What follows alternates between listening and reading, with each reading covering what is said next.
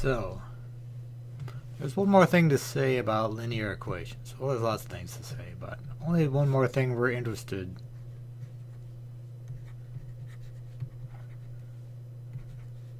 This year, equations. And so you know that there's a general form y equals mx plus b. And now you're an old hand at finding m and b given 2 points, or given a slope and a point. There's one other thing we want to be able to do, and that's find where two linear equations intersect. So, I'm going to take something that's probably easy for you and make it difficult. Not just to torture you, but sometimes we do things, when we first learn to do things, we just learn how to do them. We don't really learn why we're doing them. So I'm going to write down two equations. Let's see, y equals 2x minus 4 and y equals 1/2 x plus 2. I picked these because they're pretty easy to graph, and I wanted to be fairly accurate graphing these. So these are two lines. If I drew two lines on this graph and asked where they intersect, you just look at it and decide where they intersect. Let's see. 1, 2, 3, 4, 5, 6. I wanted these to be fairly evenly spaced.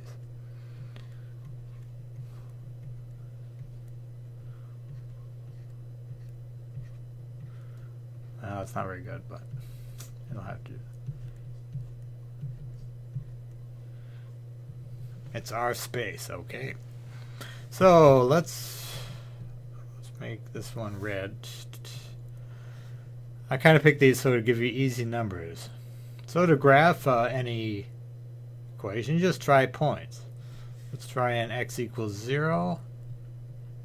It's always a nice one because this term disappears. And y equals minus 4. So this is one point on our graph. You go 0 along the x-axis and down 4. 1, 2, 3, 4.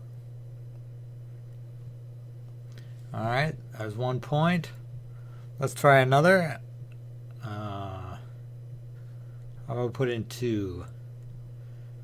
If we put in 2, we got 2 times 2 is 4, minus 4 is 0. So we have the point 2, 0. That means we go over 2 on the x-axis and go up or down 0. Alright, so there's all we need for our line. Very nice. Alright, let's do the other one. So the question is, where do these two lines intersect? Let's do points for this one. What if we put in 0 for x? This term becomes 0 and y is 2.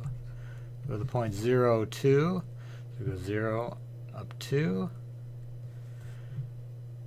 And let's try another one. Let's pick 2 so this works out nicely.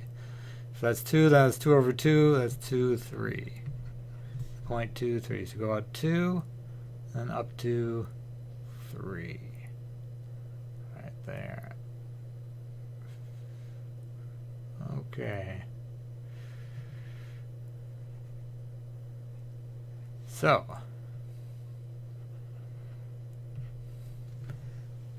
if the question is, where do these two intersect, you can solve it graphically. If I did this right, I think I did a fairly good job. It looks like it's, well, the way I drew it looks like a little past 4. Maybe up 4 here. So, I don't know, maybe, given my sloppy drawing, maybe that's 4.5, 4. That's where they intersect. So you can look at it and decide where it intersects. Or you can actually solve these equations. You can do it analytically without a graph. And you probably know what you want to do. You want to set the two equations equal to each other and then solve for x. But why does that work? Well, at this point, you get, say this is x1, x2. X1, y1. When you put in x1, y1 here, when you put in x1, you're going to get y1 here. When you get x1 here, you're going to get y1 here. You're going to get the same point for each, because that's where they meet. You get the same point out of both.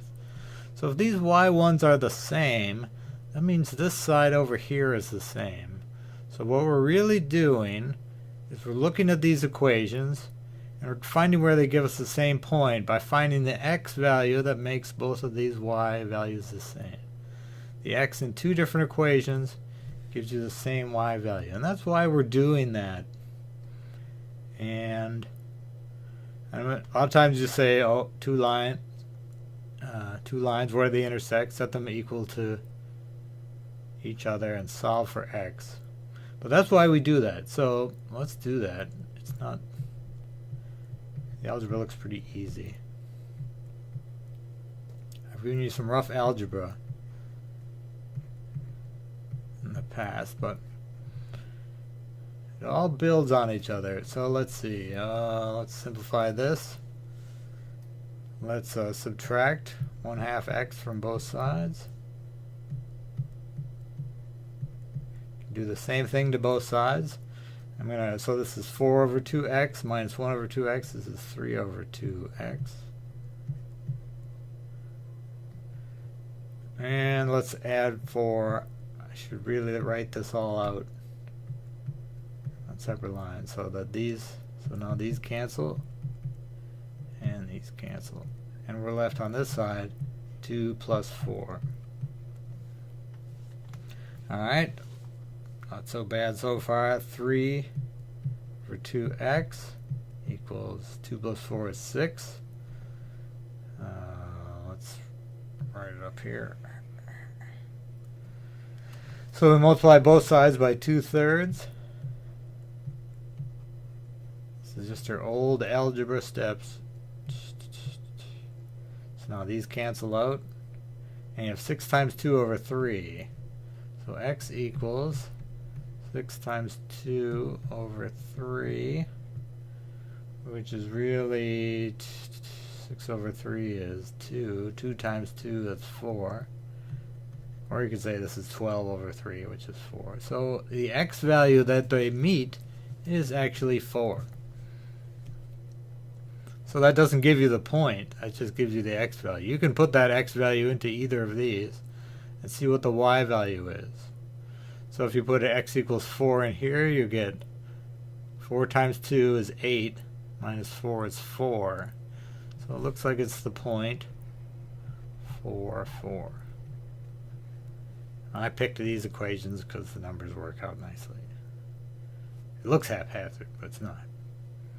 Put in 4 here. 4 over 2 is 2. 2 plus 2 is 4. So they give you the same point. Had I drawn this a little better, this would line up with this, and this would line up with that. So that's how we find the point. And this is solving a pair of linear equations, equations of lines, finding where they meet. Alright, nothing too difficult. This is really the depth that we're getting into linear equations. But this idea of solving multiple equations by setting the y's the same and then setting the rest of the equation equal to each other, we'll be using that a lot. So it's a very simple example with some powerful ideas behind it.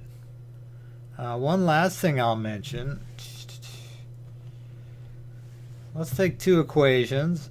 I'm just making these up. 1/3 x plus 2 y equals 1/3 x plus 0. It just goes through the origin.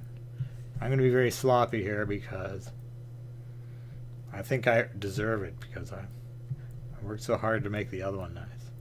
Let's see, if x equals 3, this equals 1. So 1, 2. So 1 goes through here, goes through the point 0, 0. This is a steep 1/3 slope. I mean shallow 1/3 slope. And the other one is 2 above that. When x equals 0, this y equals 2. When x equals 3, this equals 2 plus 1, that's 3. So it goes through here maybe. So you look at those, they have the same slope. They are indeed parallel lines. So where do these meet? Well, if we want to know where two lines meet, we set them equal to each other and find out what x value gives us that. Very quickly, 1/3 x plus 2 equals 1/3 x plus 0. We'll add 1/3 x to both sides and we get 2 equals 0, which does not seem right. And in fact, you'll get nonsense out of this. You may get, you'll get something that doesn't make sense, that is not true. And so basically you can't find an x value which gives you the same y value. And so these are parallel lines. Parallel lines will never meet, at least in our geometry. Okay, that's what we're going to be doing with lines. So we have a few questions on this, and that'll wrap up chapter 2.